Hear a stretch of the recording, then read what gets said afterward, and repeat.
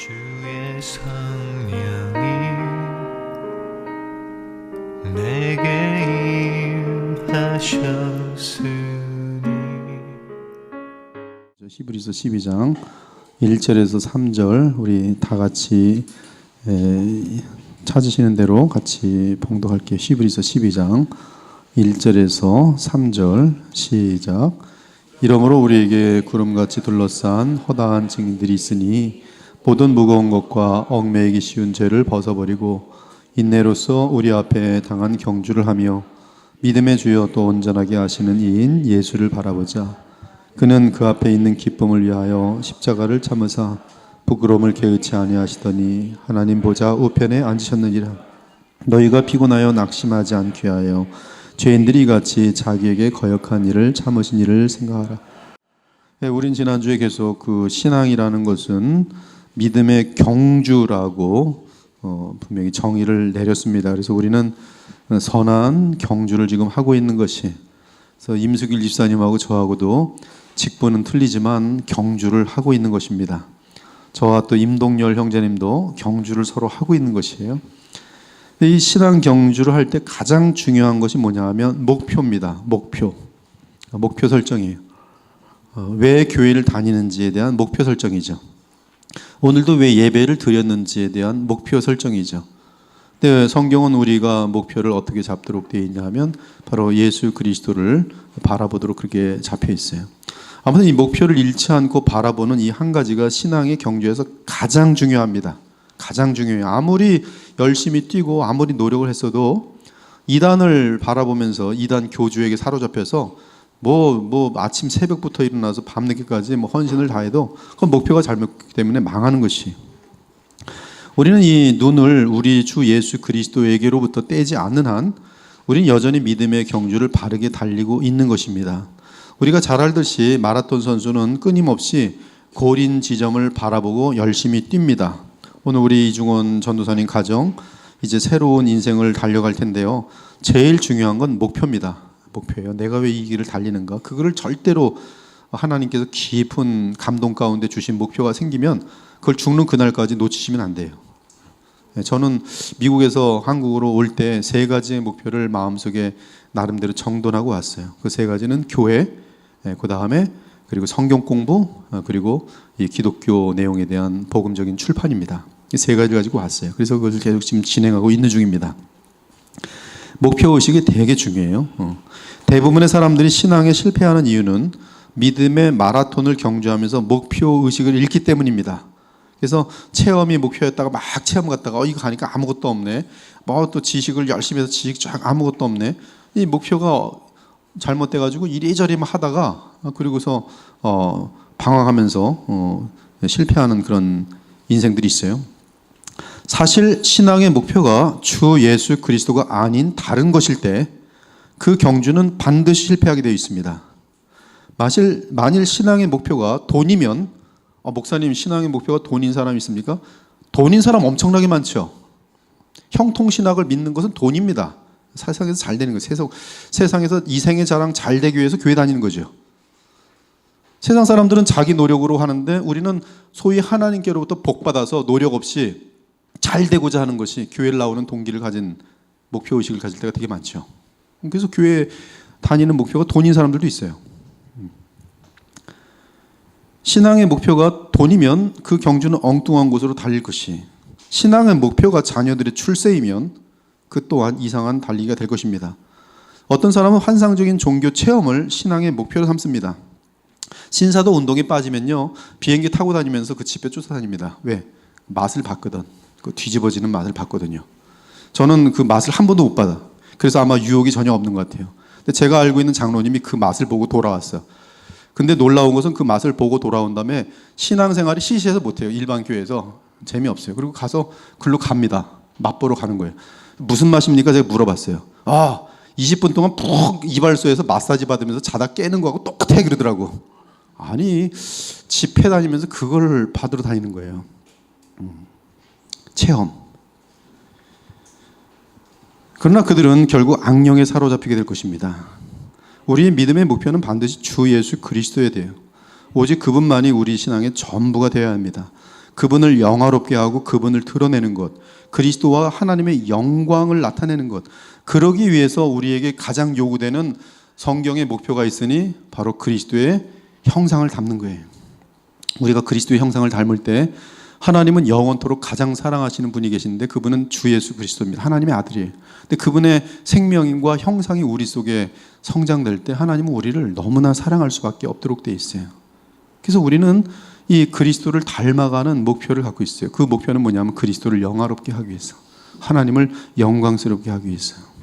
지금 한국에 있는 기독교가 주의 영광을 드러내지 못하는 이유는 단 한 가지예요.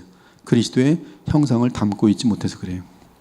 신앙 경주의 목표가 그리스도께서 원하시는, 하나님이 원하시는 거기에 가 있지 않고 종교를 이용하려는 그러한 사심이 들어있기 때문이지. 그래서 이 기독교가 가장 많은 사람들이 모이는 집회들을 보면은 다 아라비안 나이트의 진이를 불러대는 그러한 그림의 신앙생활 할 때가 많아요. 열심히 문지르는 거죠. 기도라는 이름 가지고 열심히 문지르는 거예요.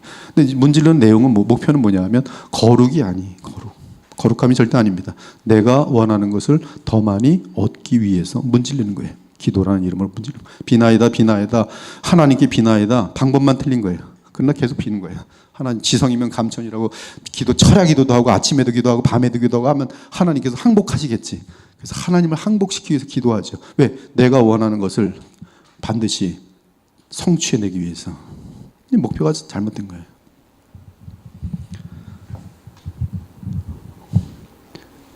또한 놀랍게도 대부분의 신자들에게 기독교의 핵심인 부활신앙이 없습니다.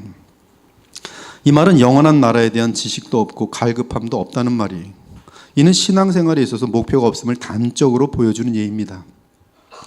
베드로후서를 보면 새하늘과 새 땅에 대한 약속이 복수로 되어 있고 그 소망이 현재 거룩한 삶을 엄청나게 격려하는 것을 증거합니다. 성경은 우리로 하여금 그 그리스도의 형상을 담도록 또 예수 그리스도만을 바라보도록 하는 두 가지의 줄이 있는데요. 하나는 십자가의 무한한 은혜예요. 그래서 그리스도의 사랑이 나를 강권하는도다. 근데 하나님은 그 줄만 주신 게 아니라 우리에게 영원한 나라에 대한 영광을 보장하고 계세요. 너희들이 고린도서 15장 마지막 절에 보면 그러므로, 즉 이러한 부활의 영원한 영광이 우리를 기다리고 있으므로 더욱더 그리스도 안에서 섬기고 사랑하고 힘쓰는 자들이 되라고 말하고 있어요. 그래서 지금 이 부활에 대한 소망이 없다는 것은 신앙생활에 있어서 목표가 없음을 단적으로 보여주는 것이지만 성경은 놀랍게도 부활과 새하늘과 새 땅에 대한 약속을 계속 강조하고 있습니다. 하나님의 날이 임하기를 바라보고 간절히 사모하라. 그날에 하늘이 불에 타서 풀어지고 물질이 뜨거운 물에 녹아지려니 우리는 그의 약속대로 의가 있는 곳인 새하늘과 새 땅을 바라보도다. 그러므로 사랑하는 자다 너희가 이것을 바라보나니 주 앞에서 점도 없고 흠도 없이 평강 가운데 나타나기를 힘쓰라. 점도 없고 흠도 없는 평강 가운데 하나님이 원하시는 그러한 사람으로 변화될 수 있도록 지금 베드로는 무엇을 제시하고 있는가? 새하늘과 새 땅 안에 들어갈 때의 영광을 우리에게 제시하고 있어요. 즉 믿음의 경주를 달리는 자는 반드시 새하늘과 새 땅의 영광을 바라보아야 현재 자신에게 주어진 시간과 물질을 가지고 어떻게 사용하며 달려야 할지를 알 수 있는 것이, 만약에 바른 목표를 설정하지 못했을 경우 어떤 특징들이 나타나는가? 첫째는 주변 사람들을 의식하는 신앙생활이 됩니다. 바른 목표가 없을 때, 즉 예수님의 칭찬이 목적이 아니라 예수님을 닮는 것이 목적이 아니라 교회를 다니는 목적이, 성경을 읽는 목적이 다른 목적일 때는 사람들을 의식해요. 그것이 가능합니다.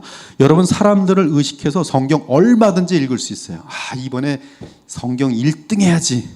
1등하는 목표가 뭐면 사람에게 쫙 보여서 내가 얼마나 성경 지식이 많은지 자랑하면서 그냥 이 그리스도의 볼교를 다 제압해야지. 그런 동기 가질 수 있어요. 사람들을 의식하는 신앙생활이 돼요.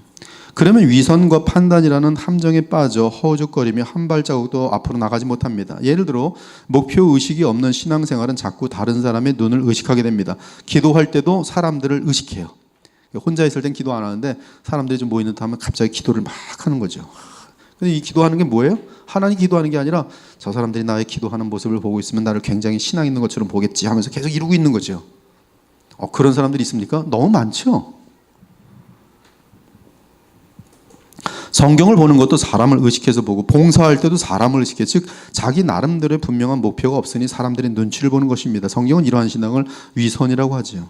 특히 목표 의식이 없는 신앙은 일반적으로 대중이 달리는 방향으로 달립니다. 따라서 이들의 신앙생활은 언제나 시대와 상황에 따라 유행처럼 아무렇게나 휩쓸려요. 지금이야 아직도 동성애가 대세를 갖고 있지 못하지만 이제 어느 정도 지나고 나면 한국은 상당히 대중에 대한 흐름이 강해요. 특히 그 획일화되는 게 되게 강합니다. 한국은. 그래서 누가 빨간 모자 썼는데 누가 칭찬을 딱 해다 다 빨간 모자 쓰네. 신기해요. 한국 여자들 보면 옷이 거의 비슷할 때가 많아요. 수술도 정형 수술도 성형 수술도 누군지 샘플이 있나 봐요. 근데 어느 날 보면은 다 그 모델을 다 닮고 이러고 다녀요. 뭐 이렇게 다 획이라. 그게 창피할 텐데 그걸 창피하게 여기지 않는 그 어떤 특징이 한국 분들에게 있어요. 되게 획일화가 많이 됩니다.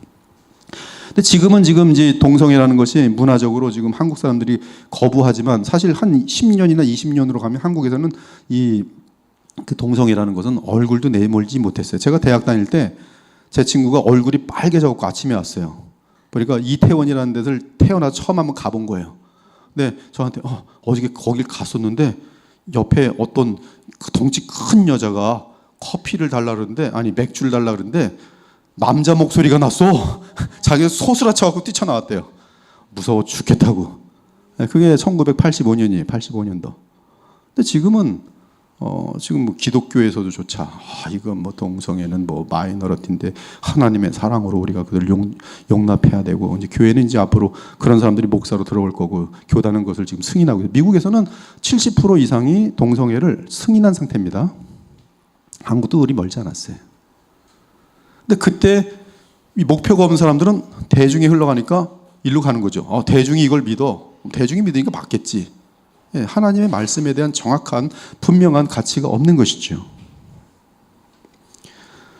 이러한 믿음의 경주는 좁은 문이 아니라 넓은 문으로 달리게 되어 있어요. 그 이유는 대부분의 사람들은 쉽고 편안한 넓은 길을 선호하여 그 길로 달릴 것이기 때문이에요. 그러나 그 끝은 낭떠러집니다. 또한 다른 사람을 바라보며 달리는 신앙의 경주는 자신의 들보는 보지 못하고 남의 티를 보며 간섭하고 판단하느라 자신의 경주를 달리지 못하는 특징이 있어요. 이제 달리기를 하는데 이제 다 같이 이제 그 마라톤을 뛰어요. 왜 쟤는 손을 이렇게 높이 드는 거지? 왜 이러는 거지? 이렇게 해야 되는 거 아닌가? 엉뚱한 데 관심을 갖는 거예요. 쟤는 왜 가다가 코를 풀지? 왜 저놈은 이렇게 달리기를 할 때 이렇게 얼굴에 인상을 쓸까? 이러면 이거는 지금 달리는 그 사람은 굉장히 지금 자기는 지금 어떻게 목표를 향하여 달리고 있는 게 아니란 것이죠. 자신도 경주자인데 다른 경주자에게 너무 신경을 쓰면서 인생을 낭비하는 것이, 이렇게 자신의 경주를 하지 않으며 남에게 간섭하며 시간을 때우는 이유는 자신의 경주의 목표 지점을 정확하게 확인하지 않았기 때문입니다.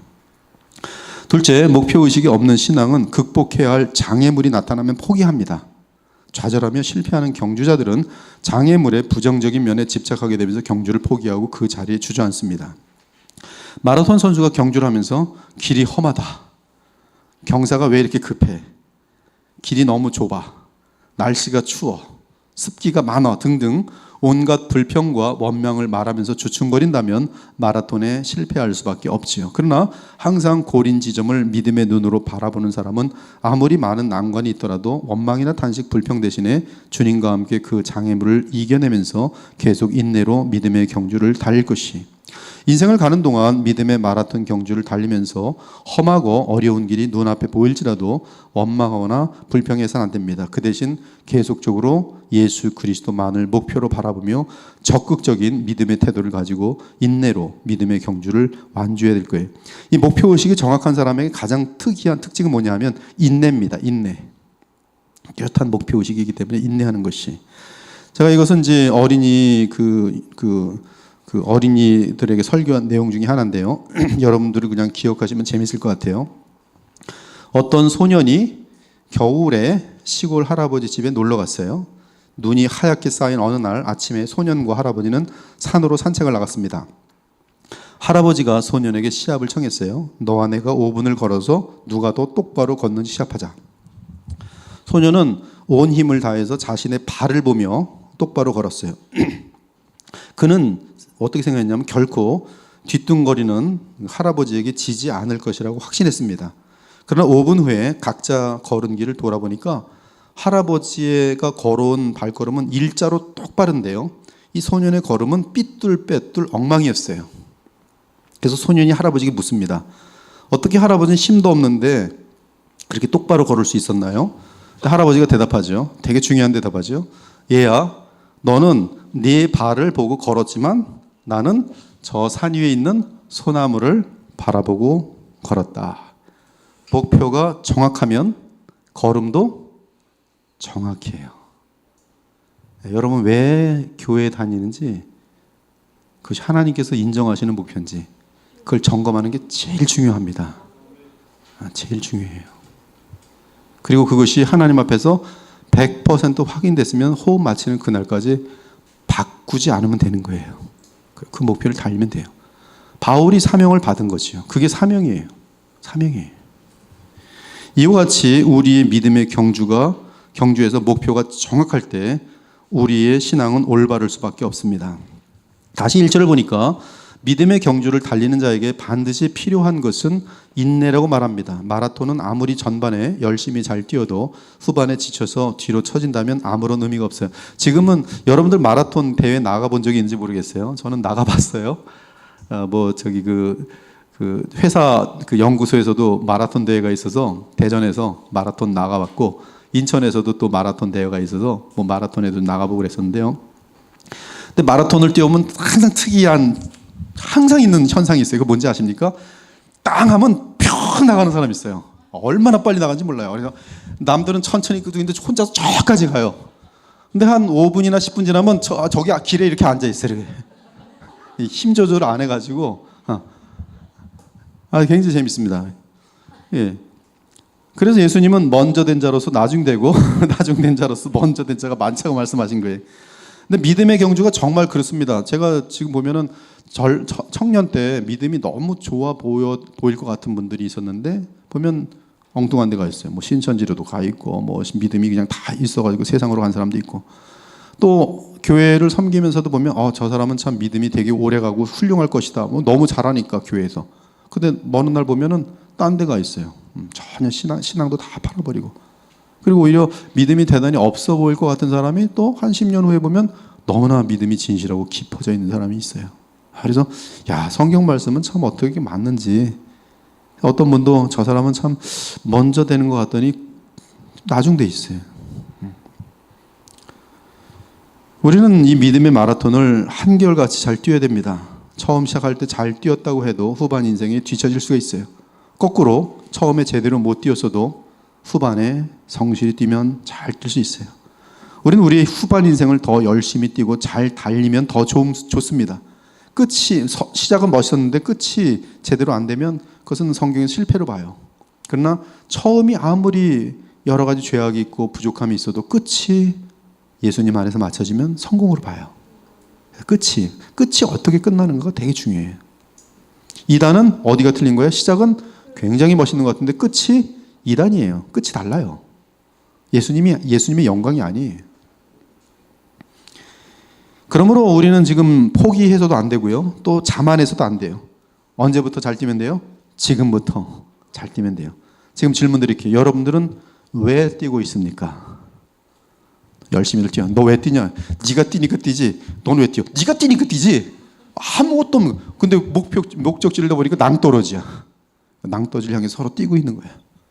이단들이죠. 복음이 없는 모든 교회들이죠.